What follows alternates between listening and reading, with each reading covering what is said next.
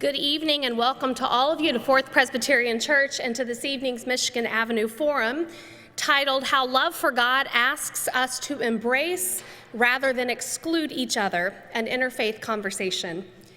Frankly, I have found just saying that title of the event out loud creates some space to breathe a little more easily and more deeply.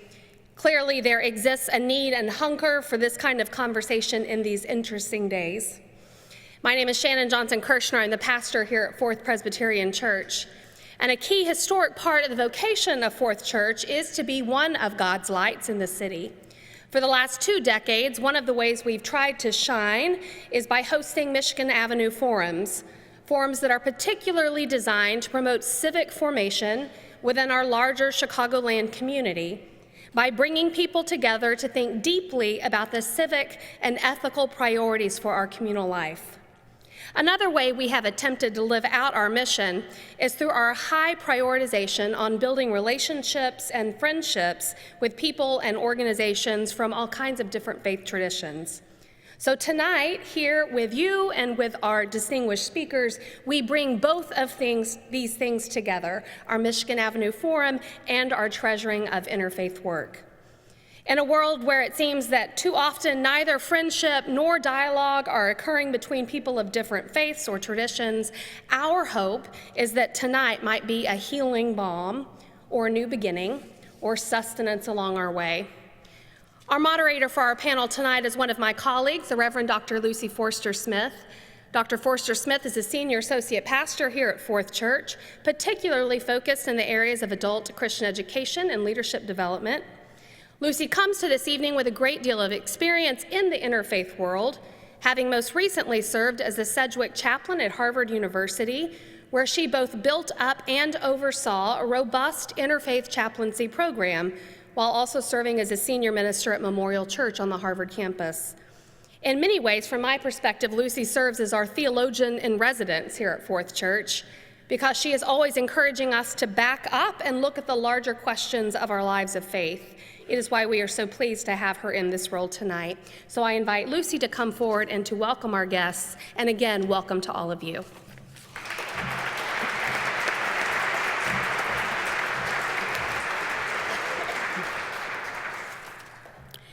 Thank you so much, Shannon. I am honored to moderate this evening's forum with this very distinguished panel. And as Shannon has said, our topic is centered on some of the challenges that we face as people of faith who find ourselves in an increasingly divided culture. In times like this, it's very important not only to speak, but to listen. And so tonight, Fourth Presbyterian Church is really honoring the legacy and the engagement of our speakers this evening by giving us a chance to listen to 3 people talk among themselves in a kind of overhearing way about some of the challenges that we bring to our world and to the challenge of interfaith engagement. So before I have a chance to introduce our panelists, I wanted to give you a couple of housekeeping things. One is that we are videotaping this event this evening, which will be made available to you at some point in the future in our website. And so we would ask that you not videotape tonight or take photos. If you could please honor that request, that would be fantastic. And then also, if you happen to park over in the 900 Michigan Avenue building, we do have a dramatic reduction available to you of your parking amount. And so if you are interested in accessing that, just simply go out the doors here, take a right into the common, and there's a receptionist that can give you a parking voucher for this evening. So thank you so much for that. So what I'd like to do now is just give you a quick overview of what we are going to do here this evening. So after I have a chance to introduce our panelists, then I will invite Eboo Patel to speak to us some prepared remarks about interfaith engagement. And following his comments, our 2 other panelists will offer their perspectives on what they have heard him say. And from there, I will have the opportunity to then ask a range of questions to the whole panel, questions that were prepared for our guests by the Michigan Avenue Forum Committee that has been so diligent in their work to bring this event to you. I have quite a few questions, and so I'm hoping that we'll be able to get to at least some of them, but we all know that the most robust panels are panels where there is a lot of engagement among the speakers, so we look forward to that. And out of respect for the distinguished members of our panel, we will be giving all of our time this evening for their conversation with one another. And following this evening's forum, the speakers will have to leave immediately following the program for other evening obligations. So first of all, we welcome to Fourth Presbyterian Church Cardinal Blase Cupich. He was ordained to the priesthood in 1975, and Cardinal Cupich was appointed Archbishop of Chicago by Pope Francis in 2014. Cardinal Cupich has a distinguished academic background, which includes a doctorate in sacred theology from Catholic University of America in Washington, D.C. He was also appointed by Pope Francis to the Congregation of Bishops and to the Congregation for Catholic Education. He's an executive member of the Catholic Mutual Relief Society and Chancellor of the Catholic Church Extension Society. Clearly a sought-after leader and speaker. We're so honored to have you with us this evening. Rabbi Wendi Geffen has served as one of the rabbis at North Shore Congregation Israel since her rabbinic ordination in 2002. She assumed the role of senior rabbi in 2015. She is a brilliant teacher, learner, and is committed to the Jewish tenet, tikkun olam, that is, repairing the world as we work together seeking justice. Rabbi Geffen's writings are widely published. In addition to her teaching as in congregational leadership, she is a Rabbi Without Borders Fellow, as well as receiving a Writers' Fellowship for American Jewish World Service. She's very involved with the Jewish United Fund's Jewish Community Relations Council, and we are absolutely delighted you're with us this evening. Our third panelist, presenter Eboo Patel, is internationally known as the founder of Interfaith Youth Corps. This remarkable organization is founded on the understanding that religion should be a bridge of cooperation rather than a barrier of division. Inspired to build this bridge by his identity as an American Muslim, he has been engaged in this work for over 15 years. Mr. Patel was named one of America's best leaders in 2009 by U.S. News and World Report and served on President Obama's inaugural Faith Council. He holds a doctorate from Oxford University in sociology of religion, where he studied as a Rhodes Scholar. We are delighted to have you with us this evening. And why don't we greet our guests by applause?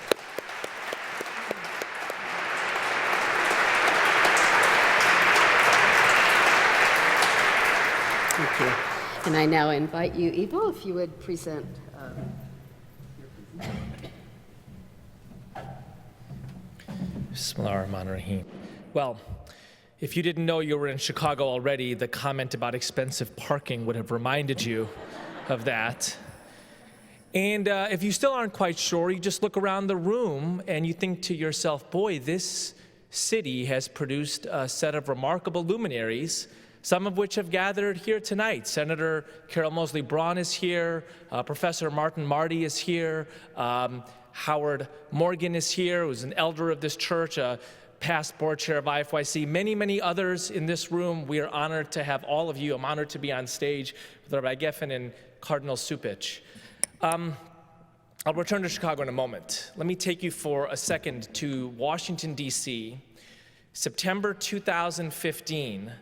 My wife and I, who's also here, are invited to be a part of the greeting of His Holiness Pope Francis at the White House. And we're in the security line, and there seems to be something holding us up, a few individuals up. the security guard has found in the backpack of one of the individuals coming in a large bag of items that he can't recognize. And the person he's speaking with doesn't speak English. So his voice gets louder. What are these things? And she responds in a different language, confused, because according to her, everybody should know what's in this bag. And the murmurs start getting louder and louder. It's an uncomfortable situation. And finally, I kind of peer up. I look at the bag, and I say to the security guard, they're prayer beads, rosaries. And I pull mine out of my pocket. Except this isn't a rosary.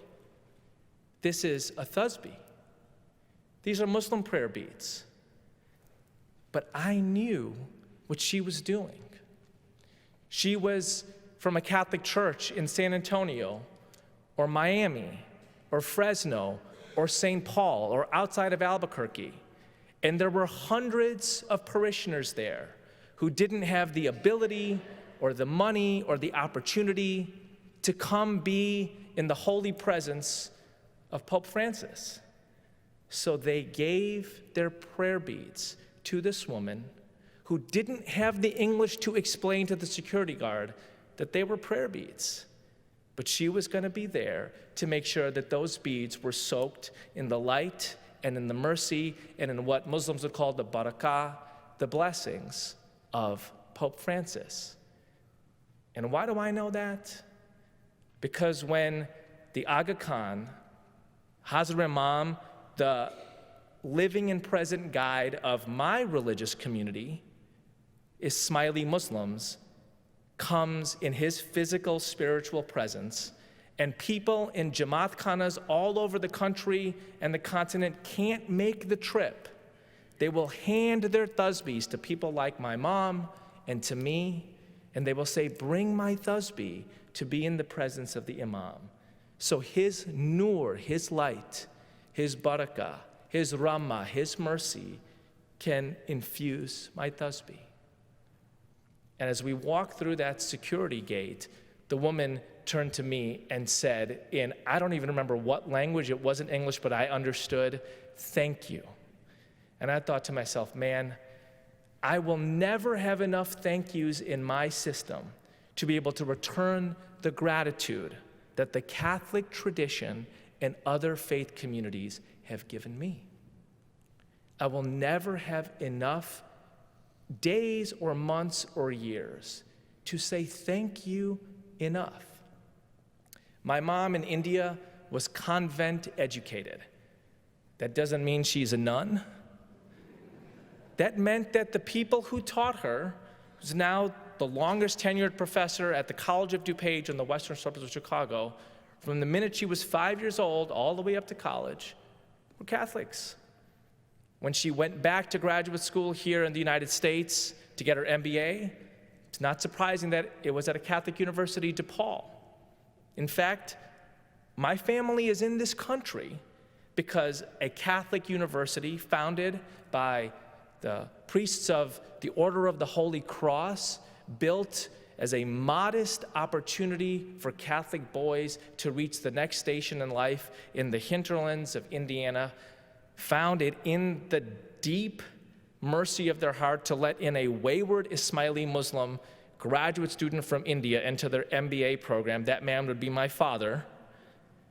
And he spent 3 years getting his MBA at the University of Notre Dame, said that he shook the hand of two great men there, Joe Montana and Father Hesburgh, was there for the 1977 national championship.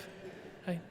But it's a Catholic university who said to an Indian Muslim family, we'll bring you here and we'll invite you to contribute to America.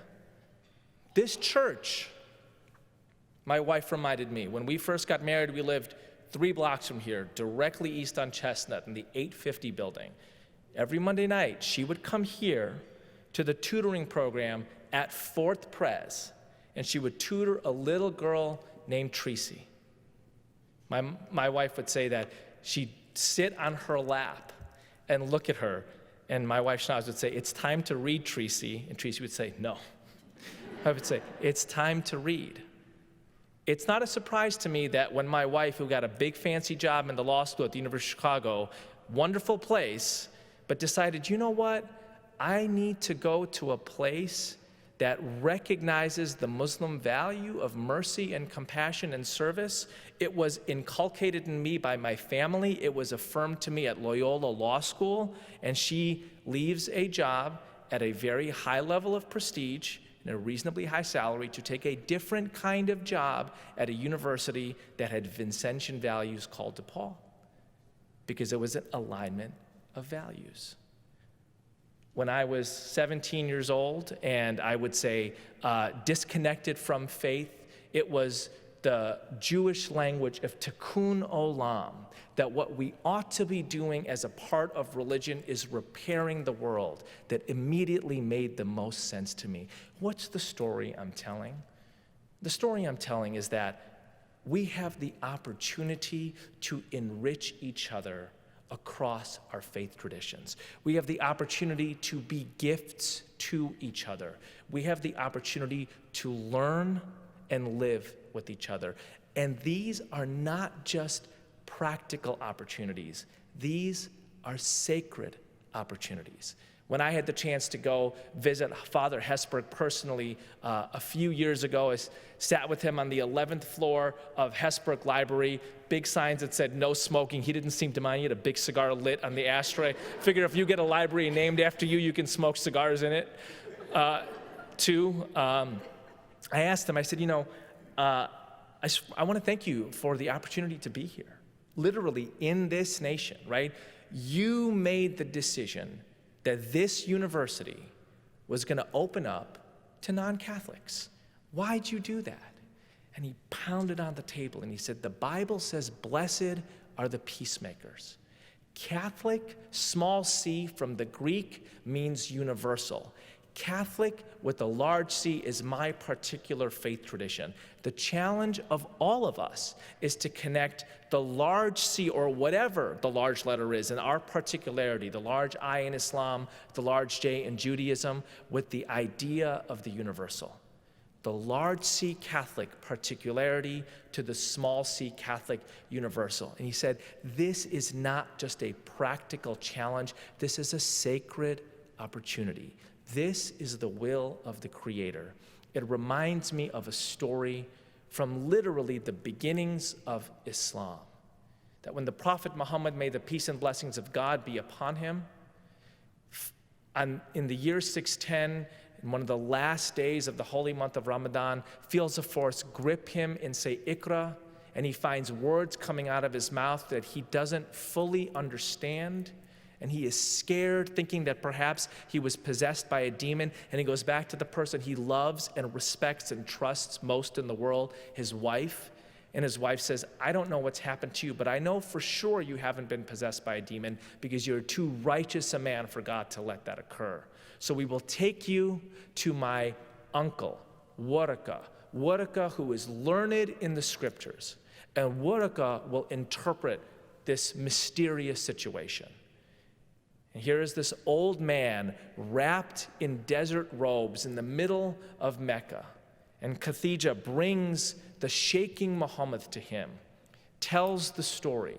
Waraka looks Muhammad in the eye, kisses him on the forehead, and says, verily the prophet of your people has arrived. Who is Waraka? What does it mean to be learned in the scriptures in the early 7th century in the western half of the Arabian Peninsula? Waraka is a Christian monk.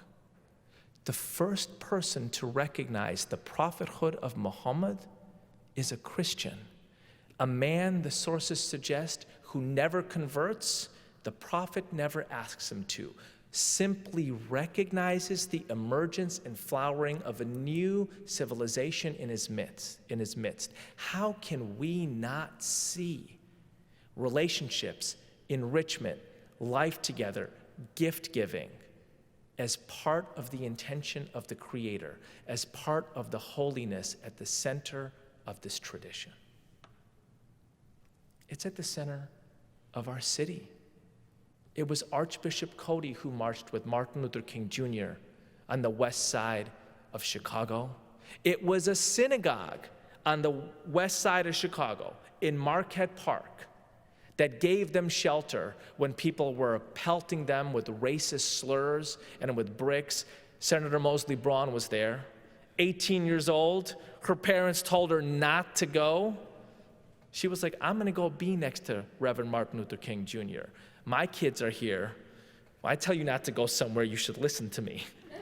I'm glad you didn't, Senator Mosley Braun, right? Because you tell the story of how your political and civic life begins there.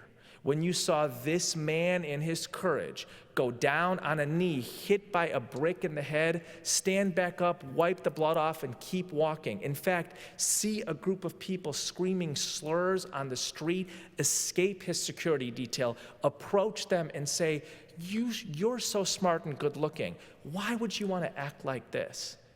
In other words, he said, I see the heights you can reach. Let's get there together. The organization that built the first permanent memorial to Martin Luther King Jr. in the city of Chicago, commemorating that moment was the beginning of Senator Mosley Braun's political and civic life, is the Inner City Muslim Action Network. And standing there at that memorial is a statue of Rabbi Shulman. Interfaith cooperation helped to build this city. I was at the Art Institute just 2 hours ago, preparing spiritually to be with all of you. You know what I mean by spiritual preparation of the Art Institute, right? And there's a little plaque that commemorates the place where the first interfaith event in the Western Hemisphere takes place. September 11th, 1893, Swami Vivekananda, a Hindu from India, comes to Chicago and says there, at the Art Institute, sisters and brothers, what binds us is greater than what divides us. I want to go back to Washington, D.C. for a second and make a comment about the nation. September 2015, Pope Francis on the south lawn of the White House. I want you to think about that moment in history against the backdrop of, let's call it, the darker side of America. The 19th century nativists and know-nothings who said, we should not elect a Catholic president because if we do, the flag of the Vatican would fly in Washington, D.C.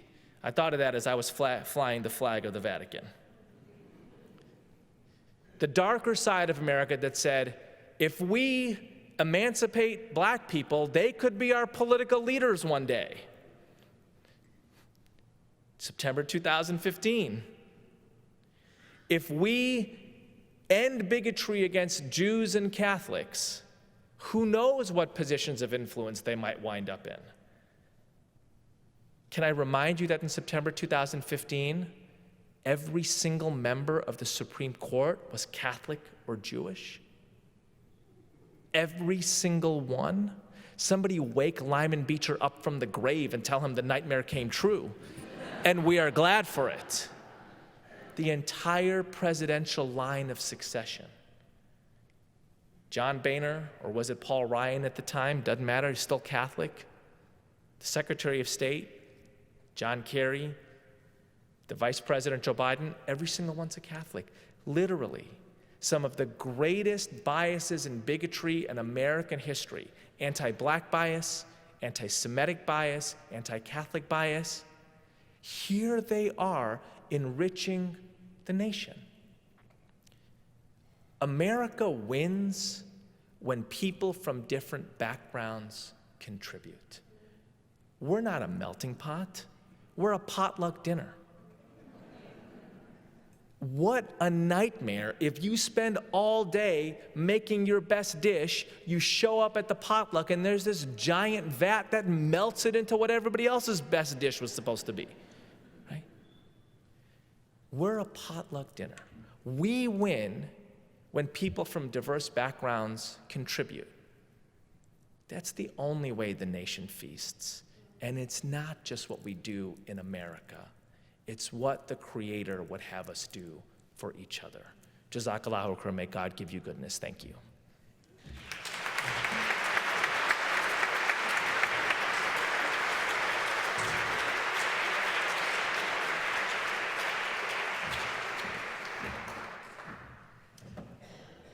So powerful, so beautiful. Thank you so much. I would invite the opportunity not to offer a response, but to continue that conversation. And what I would say is to pick it up where Dr. Patel left off. In Judaism, we don't have prayer beads per se. This came up in our conversation earlier before this evening began, but I had happened to bring with me our closest equivalent to it in the Jewish faith, which is our talis, or a talit. And the one that I have brought has a story that I wanted to share with you as a means of adding to this conversation, because every religious tradition or every tradition of faith in something larger than oneself, are simply articulations, different in the way they articulate it, of greater truths that all of us hold together. And this message of why it's so important that we see each other and know each other and learn from each other beyond our own traditions resonates deeply with me, and I share it in this way. So about 5 years ago now, I spent some time in India with American Jewish World Service with a group of rabbis there to help to build a school in rural India and to be involved in justice work throughout the area we were in called Uttar Pradesh. And while there, we learned about an organization that helped empower women, specifically Muslim women, in different communities to their own trade, to become empowered to build economic independence for themselves, because circumstances in their life had led them to a place where they didn't know what their future could hold. And the trade that they were taught was the dyeing and painting of fabric. And while there, I had the opportunity to purchase some of the fabric that they made. And when I purchased it, I knew immediately that I would bring it home and make it into a talis, a talit. From the Jewish tradition, what makes a talis or a talit is not the fabric, but rather the fringes that you place on four corners. Legend has it that all four fringes add up to 613 knots, the number of commandments in our tradition. And I knew I wanted to make it into a talis because I wanted to remind myself every time that I put it on and I prayed in the Jewish community that as Jewish people, we have a particular demand to be a part of the universal good. Our tradition teaches us in one of the more recent mindfulness practices of Judaism that ultimately, if a person is interested in purity, is interested in holiness, they can pursue different paths. And one rabbi comes to suggest that if they're interested in holiness, they should pray a lot. Another suggests that they should study Torah a lot. And a third, the winner, comes to say that if one is interested in attaining purity and holiness, what they need to do is understand the laws of damages, tort law for all you attorneys out there. And why? Because at the end of the day, holiness and purity is measured in how we relate to and understand our responsibility to people outside of ourselves. And I think of that all the time. Every time I put on this talit, every time I'm in an environment like this.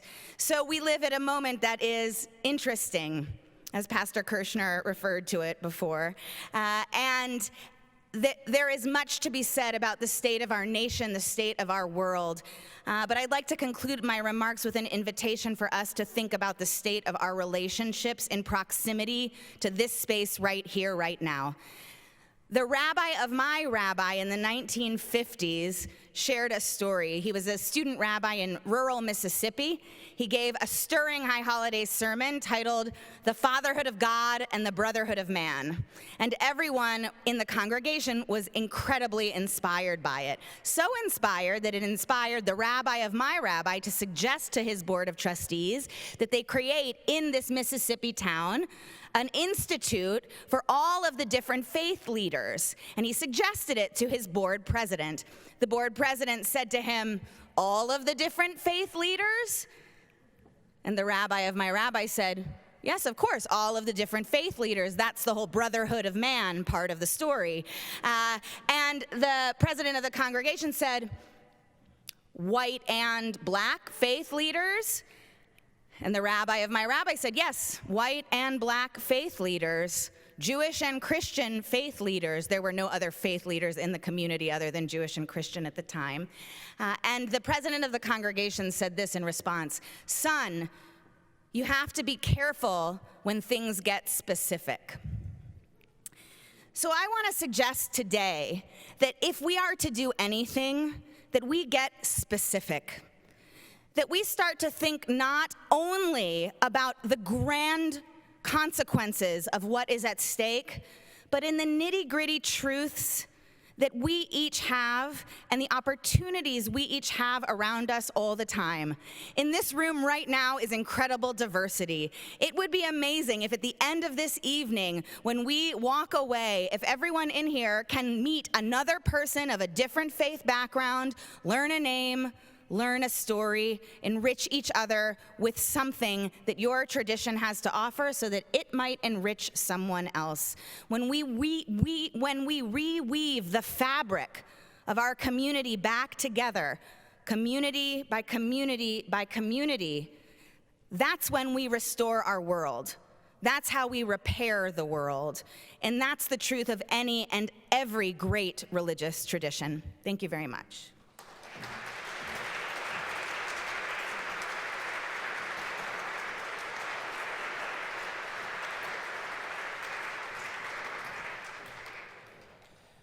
Two very big acts to follow.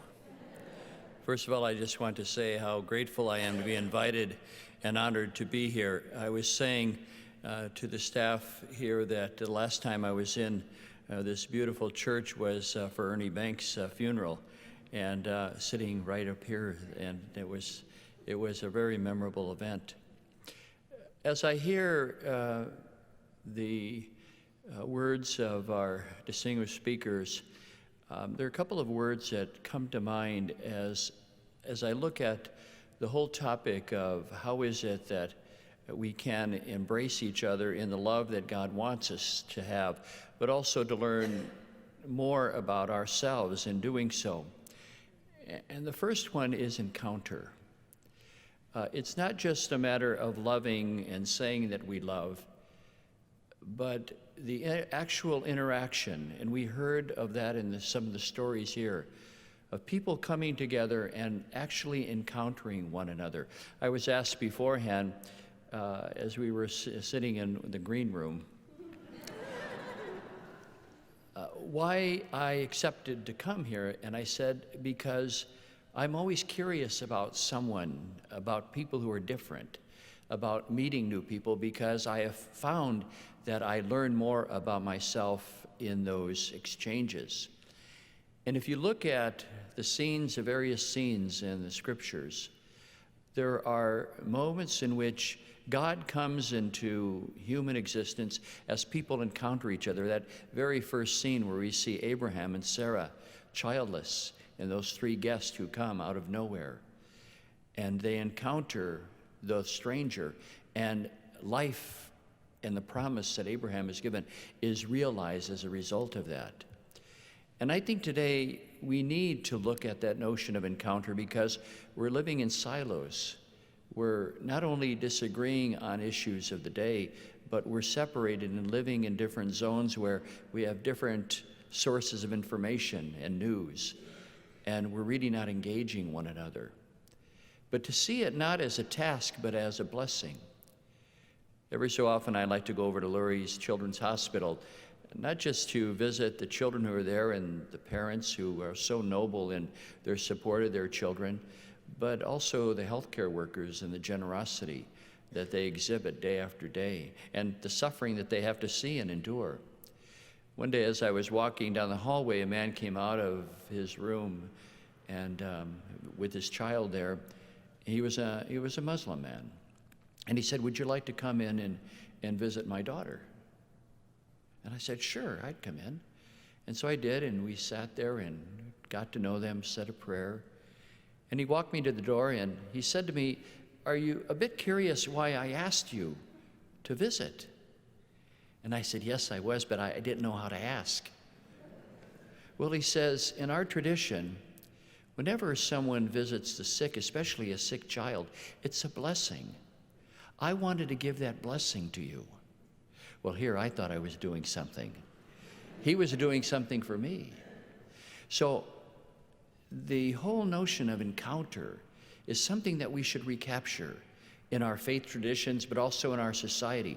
Not to be afraid of one another, and surely not to let people sell fear in society in a way that divides us. The second word is accompaniment. Not only do we encounter each other, but we walk with each other. And I think that's so very important, because I think if we think about it in our lives, if we ever think that we've arrived, we're really spiritually dead. We're all on a journey. And so it seems to me that the more that we can accompany with each other, the more that we can help each other along the way, we're going to be less apt to judge each other, because none of us are really there yet or ever complete. And so we need to accompany each other along the way to make sure that we help one another. I think I learned that a lot from my parents. My father was a postal carrier, and so he walked his route every day.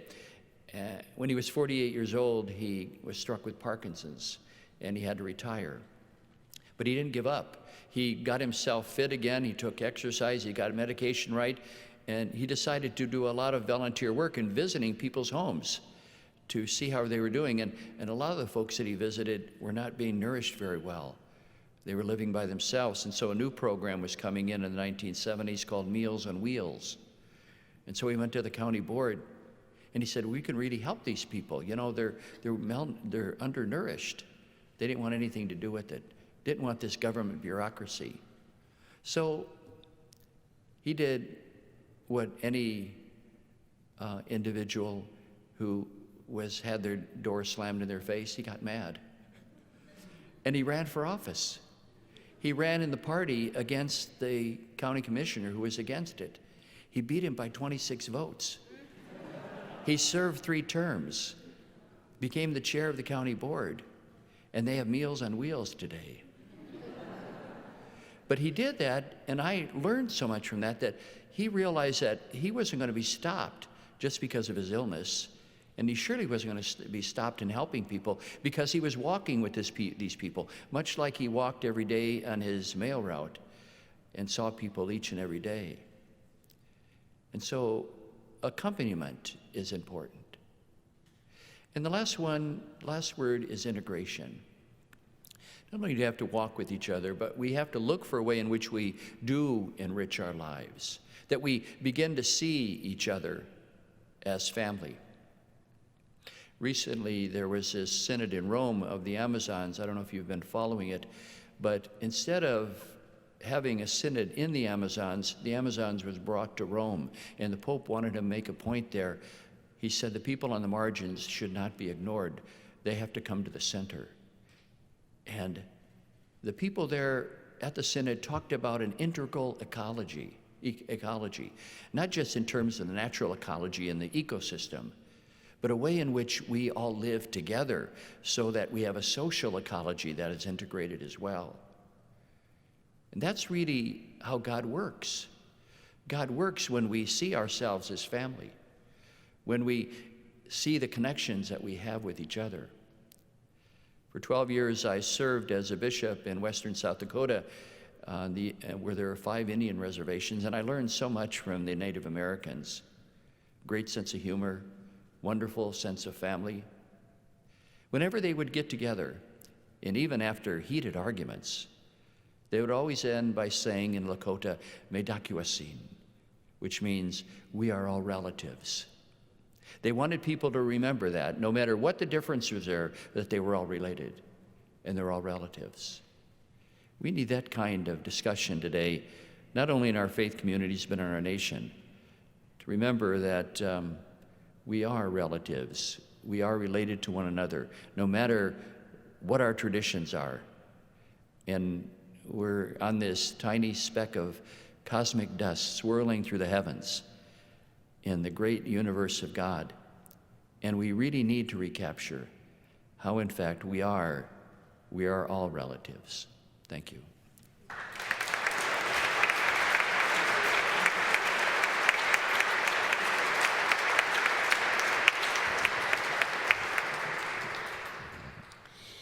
Okay, now I get to ask you some questions.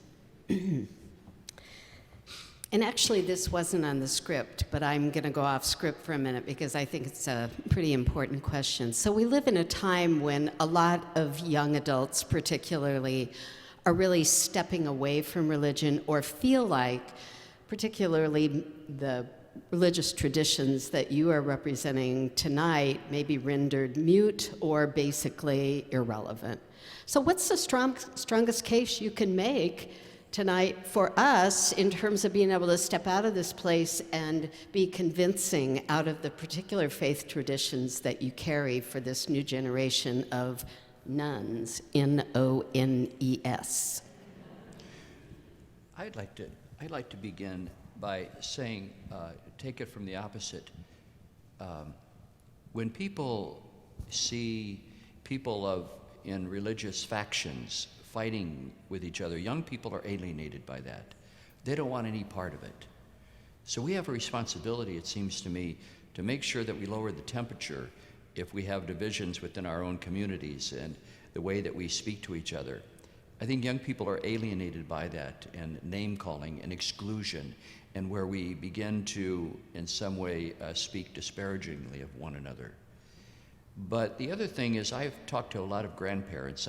I'm grandparent age now. My brothers and sisters are all grandparents. In fact, we just had the 24th great grandchild born in our family. So, but I think that grandparents have a lot to say to young people. There's a real affection there between grandparents and grandchildren. And people say maybe it's because they share a common enemy.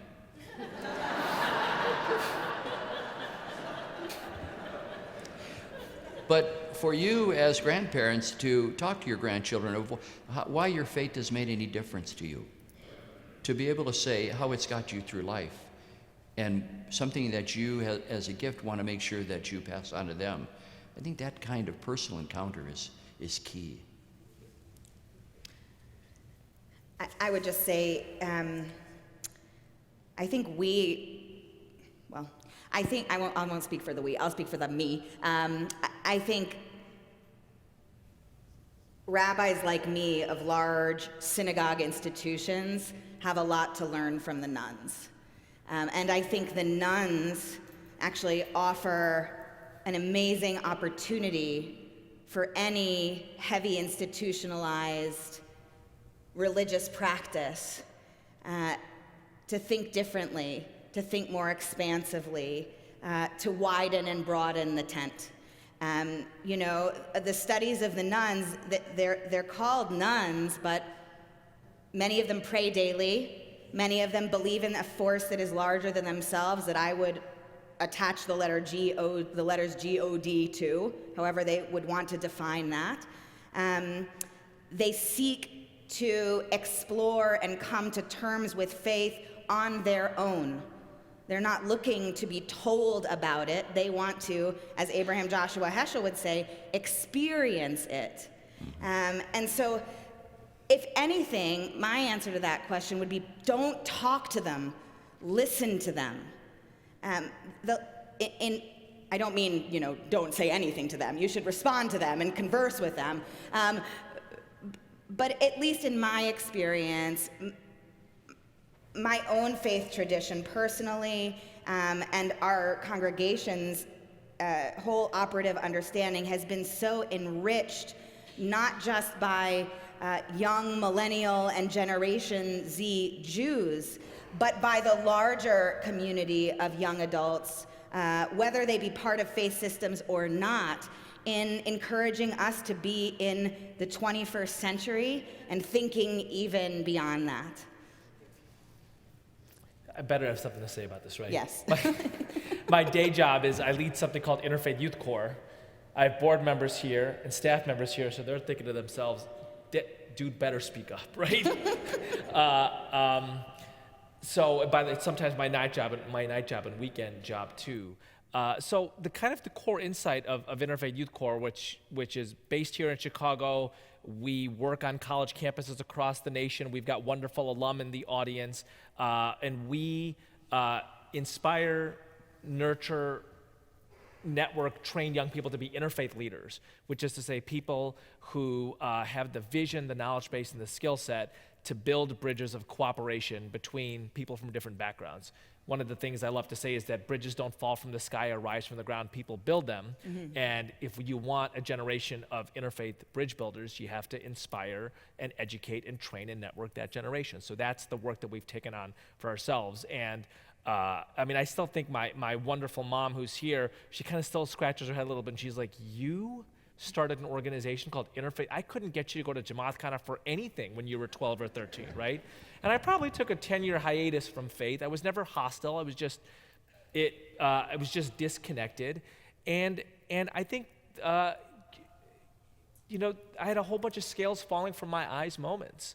One was somebody mentioning to me in the moment when I was an angry young activist, have you ever heard the name Dorothy Day? And finding out about this unbelievable Catholic worker movement that this Catholic woman had started that was more loving, more radical, more helpful, more engaged with the poor than anything I'd seen in my experience in activism. And when I asked Catholic workers why they did what they did, they were like, simple, this is what God calls us to do, right? And it was a movement that loved people much more than it hated the system.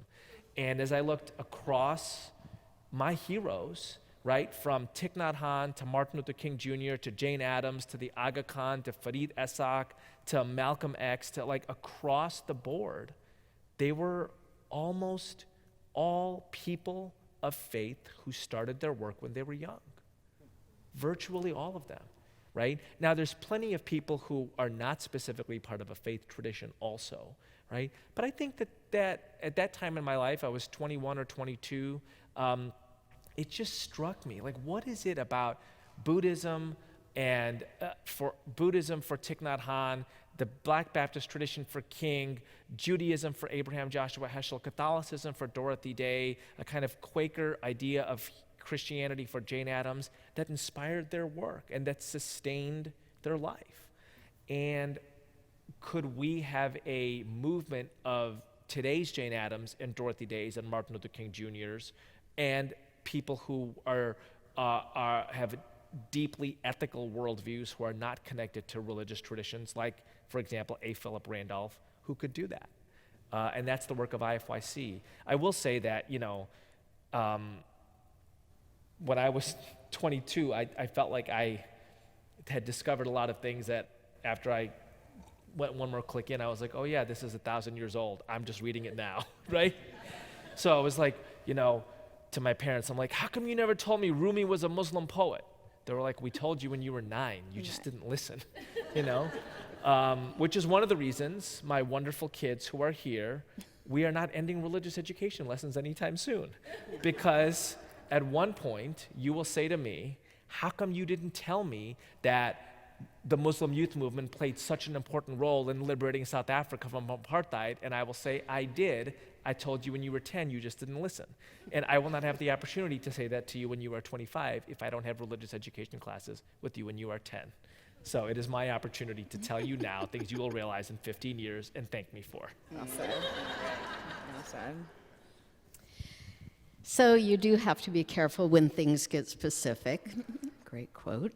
So I would love for you all to share with us how you envision your love for your religious traditions, how that engages this city.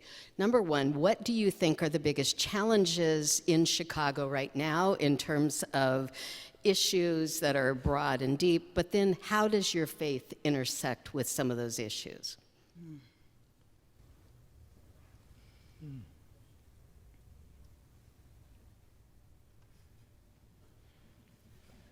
I just talked. Ladies first. Ladies first. I rendered them silent. What's a thoughtful question? Yeah. So, It's difficult. I can't speak for my fellow panelists, but it is difficult to articulate any one specific or even just a few of the critical issues facing the city, no less the state, no less anything, larger than that. And forget the city, each community within it.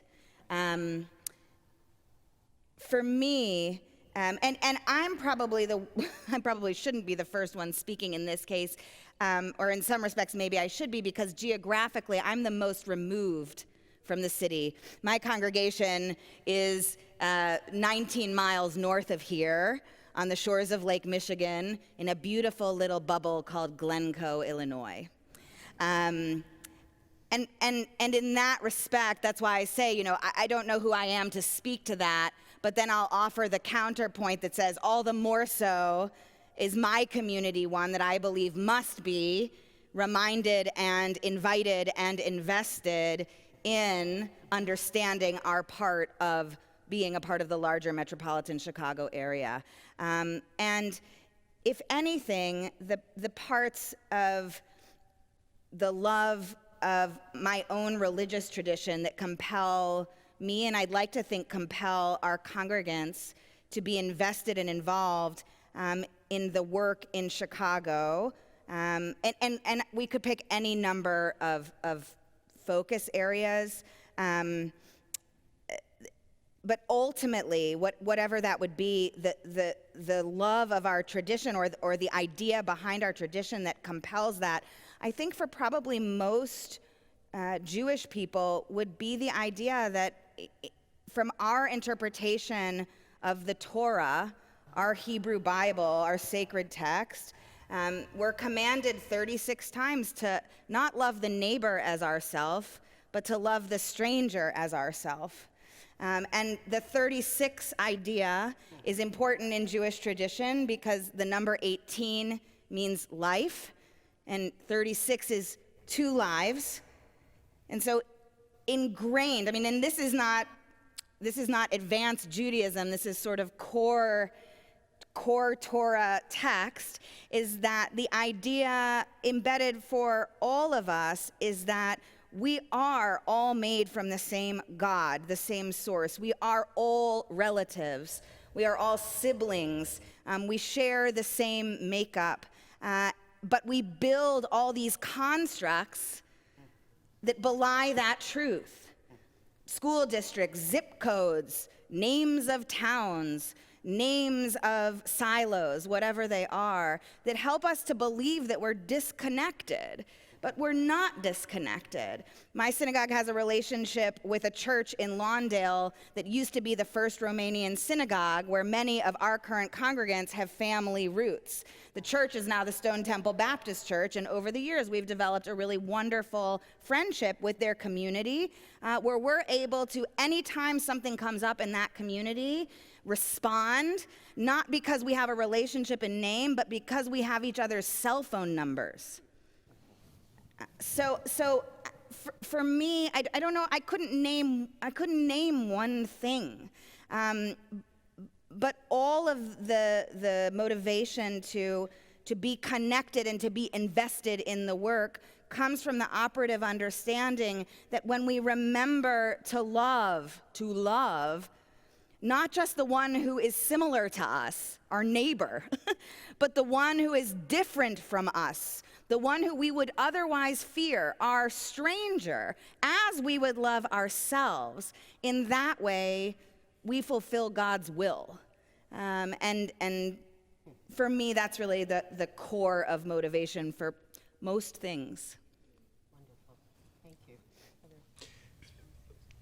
It's, it occurs to me when we at least talk about our own Christian faith and the demands of the gospel and the commission that Jesus gave to disciples, teach all nations, but also heal. I think we have a particularly important need right now as religious organizations, religious groups, to try to do our best to bring healing into our world. Even before we talk about issues. And the critical things that I've seen, I've been here now 5 years this month, and I'm not going to pretend to know the intricacies of all of the challenges that are there. But I always go back, whether I talk about joblessness and poverty, I talk about educational lack of opportunity, the whole notion of the violence that we see, polarization. What it really comes down to, especially for our country, is racism. I've often thought, I've spent some time in Germany, and the way that they have tried by legislation, by their curriculum and education, to deal with and expose the real wound of anti-Semitism and the Holocaust has much to teach us. We have never dealt in this nation with slavery. We have never had a reconciliation of that. And it is a deep wound that continues in racism. And so it seems to me that religious groups could take up this whole task of how are we going to bring about healing that is still a gaping wound from the time of slavery in our country. I think about that a lot, and I look to examples of how that's been done elsewhere. But it seems to me that is something that I'm interested in doing and trying to do. I look also making sure that anti-Semitism doesn't raise its head in this country again, or any other kind of bigotry that's there. But nationally, we have never come to grips with slavery in this country and the impact it has had on the African Americans. Well said. Look, in the richest nation probably in human history, zip code still determines fate, right? Not talent, not will, zip code. Where you're born has what particular locale you happen to be born in determines in large part where you're going to wind up, and virtually all of that is a remnant of racism. So let's move into some engagement across your area. So we are living in a time when there are lots of misperceptions of the religious traditions that you stand with, lack of information, ignorance, the media. So what has provoked these misperceptions, and how might we address those as faith communities?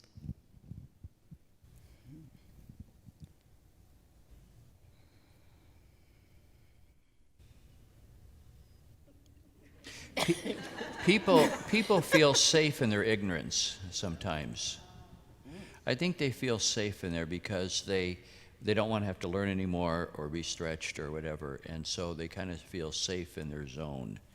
And that's why, to come at somebody who has a bigoted and an uninformed view head on only is going to create a stronger shell around them. So you have to look for another way of really engaging them. So how do you do that? Well, give you an example. I like to bring young people to watch movies and to talk about them afterwards. One of the movies I did was Hidden Figures, about the African American women who helped with the moonshot and all the rest of it that went on. Well, there were kids there who probably had prejudicial attitudes, but it was eye-opening to them. So I think to look for opportunities in which people can look at something differently. And let's face it, we live in an entertainment culture, and you might as well leverage that, if you can, on opportunities to create discussions.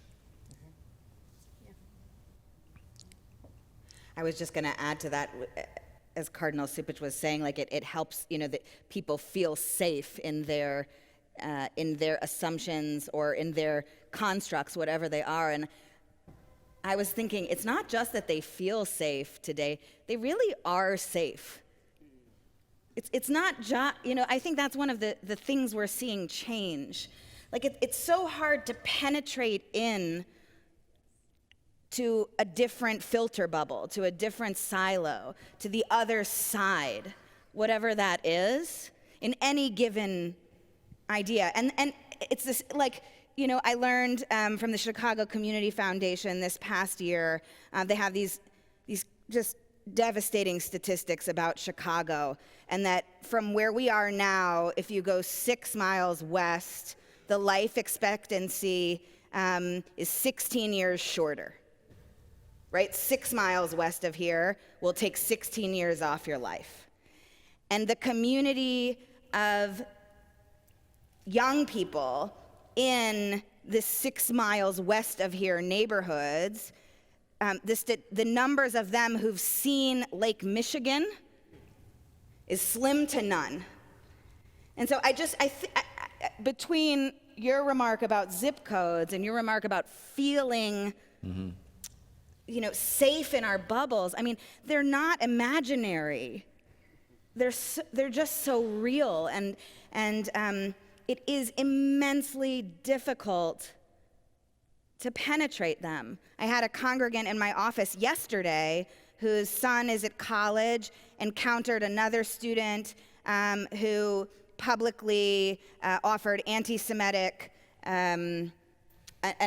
attack against him.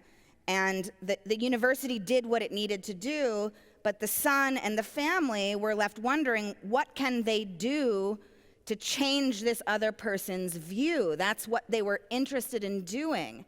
But they're heartbroken because the chances of doing that are slim to none. The only thing that these two young men share is the University of Texas. They don't encounter, it is that first step of encounter, and then to walk together, those 3 steps really are the heart of everything, but just to encounter, it's an immensely difficult, I think, physical barrier. It's not just a sentiment. So I'm of the people who think religion is true, right? I also think it's a great story. And I think one of the things that shocks me is that extremists and bigots of all types have somehow been more influential with a much worse story, right? So I think it is not only a true story, but it's the most inspiring thing in the world to think that in the Islamic tradition, God creates our common ancestor, Adam. This is the religious education lesson my kids went through literally 10 days ago, with a lump of clay in his breath, and says to Adam, "You are my Abd Khalifa, my servant and representative on creation." And then invests Adam with a specific set of knowledge that the angels don't have. And when the angels deny Adam, God says, "I know what you do not know," vouches for us. And that distinctive knowledge that God gives humans is the ability to state the names of creation. And the plural names instead of the singular name is actually crucial. God doesn't make a monoculture. Adam doesn't know a single name that he can repeat over and over. It's names, it's diverse. What we have is the ability to flow with, relate to, name diversity. All of us have it. All of us have the breath of God, right? I just taught a class at Harvard Divinity School, and one of the students said, So how do we create a sense of us without a sense of them? And I was like, religion. I'll tell you how. Because the idea is God gives all of us his breath, makes all of us his abd and khalifa. And that's not just anybody who happens to say the shahada. The Muslim idea is that goes for everybody. And there are Jewish, Catholic, Hindu, Buddhist understandings of in all my relations, a common human family with a very distinct God-given purpose. I just think that that is a better story, right? It's a better story. And the fact that it has been articulated with such beauty in a Rumi, right? Start a huge foolish project like Noah, with such beauty in Blake, with such beauty in Tagore, with such beauty in Yehuda Amachai, that there are these wonderful renderings that we can take and move with. I mean, Professor Marty has this great story in his book. I think it's the one in the many. I mean, when you've written 60 books, it's hard to remember which one the story is in. But he tells the story of the Baal Shem Tov, right? The great rabbinic figure who is paralyzed, and all he can do is speak. And he's telling the story of his rabbi and how his rabbi, when he would run out of words in the prayer to express his love of God, he began to dance. And the Baal Shem Tov, his body in that moment healed, because in order for him to be able to properly tell the story of his Rebbe, he had to do the dance his Rebbe did, right? What a great story. That your love of God can heal you because of the way God inspires and requires a connection. So, how do we tell the story, right? I remember in 1999, at the turn of the millennium, I was in Cape Town, South Africa, and I saw Mandela speak in Cape Town, and he points out to the Cape and he says, I would still be there. He meant Robben Island. I would still be there. I spent 27 years of my life there. I would still be there if it wasn't for the Muslims and the Christians, the Hindus and the Baha'is, the Buddhists and the African traditionalists. He goes through all these religious traditions, the Quakers, right? If it wasn't for them coming together in the struggle against apartheid.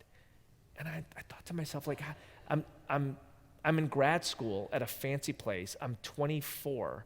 How do I not know that it was an interfaith movement that released Mandela? How do we not know that it's an interfaith movement that wins civil rights? How do we not know that it's an interfaith movement that liberates India from colonial rule, right? These are great stories about what people did with religion. Thank you. So I think we live in an era of a lot of fear-mongering. It feels like we really are living in a time when there is an encouragement to fear. So the question is, how do you see a way out of fearing one another? If not in community together, then how are we to grow in understanding and trust of each other? So first of all, the question of fear, and then trust.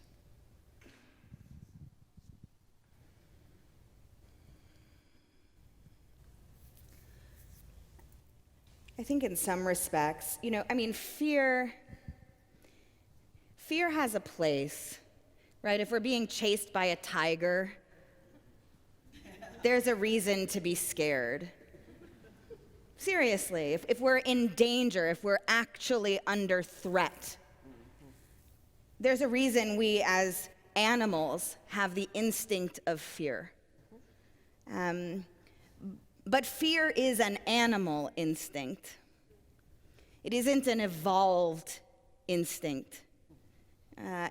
And I do think that at the end of the day, to choose to walk away from fear is a choice to elevate oneself out of the world of the animal and instinct and into the world of faith, regardless of whether you are a person of faith, religious faith, or not. In this case, I would say it would be the idea of faith in an evolved humanity, faith in the idea that we are humans with souls who can connect to one another.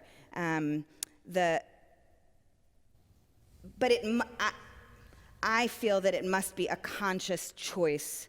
It isn't something that otherwise happens. What's in Judaism has this really great insight on this, I think. In Judaism, there are different words for fear. There's a word in Hebrew, pachad, which means like fear, like there's a tiger chasing you, you should be scared. And then there's a different word, yirah, and that means fear, but it also means awe. And that type of fear in Judaism isn't about fear of the tiger. It's about fear that you will forget yourself as a servant of God, of the higher good. And that one's fear can move from this animal instinct into a vehicle to understand a higher purpose, an elevated sense of how we might act in the world. And so I think there is this opportunity to navigate along the path of fear into an elevated sense that it isn't actually about me and my instincts. It's about how I can be a part of the larger truth, the larger broken world, which I'm here to help heal, because I'm compelled to do so by a system of faith. I always try to help people who are afraid and fearful. Just ask the question, what's happening to you when you indulge that fear? What kind of person are you becoming? Are you less loving, generous? Are you despondent? Because I think that that's a very toxic emotion to hold on to and to cultivate. And it's good pastorally to just ask that question. It's like hate. How is it eating at you? You know, I always tell people when somebody is so angry and they're abusive and so on, you know, isn't he a terrible person? I said, yeah, but you only have to put up with him for 10 minutes. He has to live with himself for the rest of his life, you know. So I think that, you know, to help people understand that they can be liberated from that. There is a possibility of being liberated from that toxic emotion that just eats away at you and makes you not the person that you really do want to be. And that's where love comes in, you know, to cultivate the gift of love, to cast out all fear, seems to me to be the only pathway forward. But instead of condemning people or attacking people who hate and who are fearful and who do crazy things, to just say, what's happening to you? It really does eat at people. It dehumanizes them. Yes. Yeah, I think that's such a profound insight, and it reminds me of what you were talking about, both of you, about racism, right? And James Baldwin's insight that racism is toxic to the racist, right? And so by healing racism, you're helping everybody, right? And so, Right. and if the fear and hatred, it's like drinking poison. You know, my Buddhist friends say, if you're fearful of somebody or if you hate somebody, it's like drinking poison, hoping your enemy will die, right? You're the one who gets hurt, and your enemy doesn't die. And the truth is, you don't really want your enemy to die. You just don't want your enemy to be your enemy, right? Which is the great insight of King. And I think that the fact that there is a deep spirituality in both of these, right? In Baldwin, it's not a religiosity, but it's a deep spiritual sense of I want the racist to not be a racist anymore, not just because his boot is on my throat, but because his boot is on my throat, and that's not good for him either. You know. Thank you for that. We have time for one more question, which is a question about hope.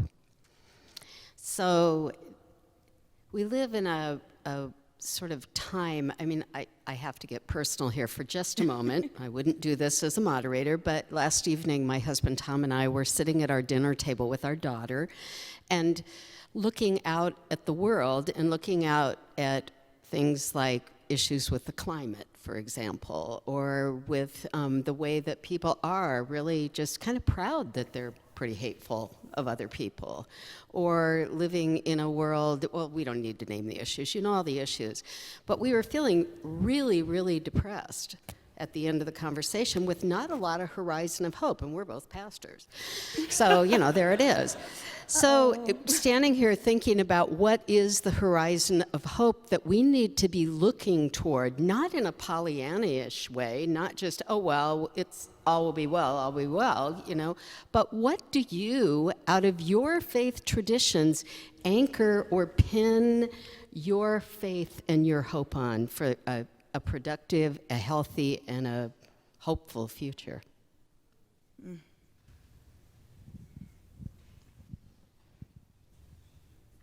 So these are kind of closing statements of sorts. Yeah. So I'll say two quick things. One, I'll be gently political for just a moment, and then make something of a historical comment. So when I moved back to Chicago from graduate school in England in late 2001, 2002, I was putting together a list of people that I needed to go see. The Cardinal at that time was on the list. Mayor of Chicago was on that list. CEOs of major companies were on that list.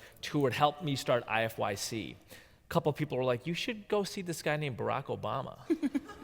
This is 2002, right? Mm-hmm. You know, he's kind of a local political figure now, but trust me, he's going to be a big deal. So I looked up Barack Obama, early days of the internet also, and the most salient fact about Barack Obama seemed to be that he had lost a congressional election by 30 points in the year 2000. So he wound up as number 44 on my list, right? 6 years later, he wound up as the number 44 president of the United States of America, right? And again, to just be gently political for just a moment, right? Like, I just do not see how you can have lived in the city of Chicago in the early 2000s, have watched that happen, right? A guy who, like, literally half his neighbors didn't know who he was.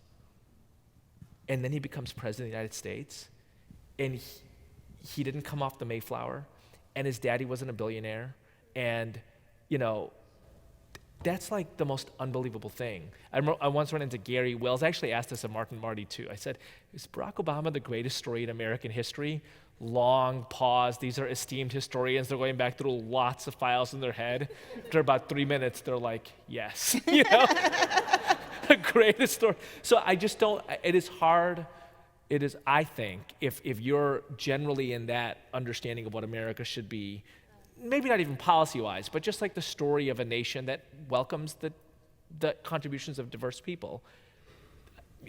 I just see like it happened, it was not that long ago. I want to say one more thing, which is this goes in the category of having a usable past, right? I just think so many things in America, so many wonderful things in America, and probably in human history, are responses to ugly things. Yep. Right, so yes. I'll give you an example right now. Did you all know that the term Judeo-Christian, it was found on Plymouth Rock when the Pilgrims arrived? No, it was a joke. Seeing if you all were still awake. Yeah. It's getting late in the evening. Thanksgiving. So I got you, didn't I? Because you think to yourself, so where does it come from then, right? Where does the term Judeo-Christian come from? Well, where it comes from is a group of interfaith leaders who found something in the late 1920s called the NCCJ, the National Conference on Christians and Jews, which is a response to the anti-Semitism, anti-Catholicism, and anti-Black activity of the KKK of the 1920s, which numbers 3 to 4 million strong. I wish they were more aggressively anti-racist than they actually were, but they were certainly proactive on the anti-Catholic and anti-Semitic front, and they did a whole set of things. This whole set of things IFYC does now. We send speakers out to campuses across the country to talk about, the 21st century version of the brotherhood of man. We use different language now under the fatherhood of God. Yeah. We also use different language than that, but the big idea is that there's a bunch of civic projects along the lines of who orient around religion differently should cooperate with each other. They do all kinds of stuff like that, right? And they also invent a term. It's not a especially theologically accurate term. If you're a Christian, Jesus is probably the center of your faith life. If you're Jewish, Jesus is a good rabbi. Maybe. Let's discuss, right? I'm down, yes. It's not a theologically accurate term. What it is a brilliant civic invention. Yes. And it is a response to ugliness. So, we're in a moment of ugliness, in a moment of isolation, of fear, of division. The question is, what's the response, right? How are we going to respond? When it comes to, on the religious front, we at IFYC talk about an interfaith America. An interfaith America is a respectful step after Judeo-Christian that involves everyone from atheists to Zoroastrians. And we actually think now's the time to build it. Because there's all kinds of people who look at the ugliness around and feel in, what I think is their taqwa, their God consciousness, whether they understand it as that or not. This is not who I was meant to be. I was not meant to lather in ugliness like this. And so they are ready for a different story. Beautiful. I look for signs of God's grace in the world and people's lives, and that gives me hope, and I'm never disappointed. Where, I remember my first days as a priest visiting people who were sick. One woman, her name was Ethel, I'd come in the back door, and Ethel, how you doing today? Oh, she said, I'm so blessed by God. Well, Ethel was in a bed for 14 years with MS. Her husband was 10 years older than she. He probably wouldn't survive her. And she had this sense that she was so blessed, even though she was suffering. I mean, you see this time and again in your ministry. I was mentioning that I was in Auschwitz with Fritzi Fritzl from the Holocaust Museum, and there was a moment in which she was saying she really doesn't know if she can hope that the message of the Holocaust is going to continue after her and all the survivors and so on. And so we saw a group of young girls there who were coming, high school kids, and they were from Spain. They spoke some English. And I said, Fritzi, why don't you come and tell them your story? And so they were glued to her, every word. And then they walked away, and I said, they're going to tell their grandchildren they met you. So I think we have to, yes, there's a lot of darkness, and there are a lot of terrible things that happen, but we have to look for the good that's happening in everyday lives of people. And that's what keeps me going, that God is alive, active in the world. And a bishop has the name bishop because it comes from a word that means an overseer, not somebody who kind of corrects people, but who is out there for the community, spotting where God's grace is going. Just like Jesus did on the Sermon on the Mount, and looks out and says, blessed are you. Beautiful. Thank you. I was so inspired by these stories and your question, and immediately in all of it, what comes to my mind is Hagar and Ishmael. And this is where the Jewish community finds itself in this portion of the Torah next week. And for those unfamiliar with the story is Abraham exiles, sends away Hagar and Ishmael into the wilderness. He gives them a skin of water and basically says, see you later, with the assumption that this is a death sentence. And Hagar takes her son Ishmael, puts him on a stone, walks away from him, presumably leaving him to die because she can't bear to watch as her child dies, and she sits and weeps. And in the Jewish tradition, the interpretation of what happens next is as follows. An angel of God appears, says to her, don't worry, don't fear, lift up your eyes and see. Tifkach einayim, and see. Open your eyes and see. And then appeared a well of water. But the midrash, the interpretation of it is, the well didn't appear, it was there the whole time. She just couldn't see it through her tears. She was too despondent. But the well was always there. To me, this idea is one that it nourishes me personally and helps me not to lose faith and hope, because everywhere we look, and it shouldn't be the internet, truly, I'm like kind of joking, but not really. We should spend our time looking into the eyes and the face of the people embodied around us, here, now, not on a screen, not on our selected news network, not in any of those places. The wells are here. In this room, there's a well in every single person, right? I mean, that's incredible. The store of hope is there for us to see. It's there for us to drink from, but we have to open our eyes to see it. Vaclav Havel, his definition of hope is not to be assured that things will turn out the way we want them to, but the understanding that our efforts are worthwhile regardless of how things turn out. And I think that's a real sort of hope, that we're here for a purpose. We have sacred purpose in each of us and all of us. And at a minimum, we can have hope and faith in the worthwhile effort for the good. It's beautiful. I feel like we've been standing on holy ground tonight, and we are so grateful to you.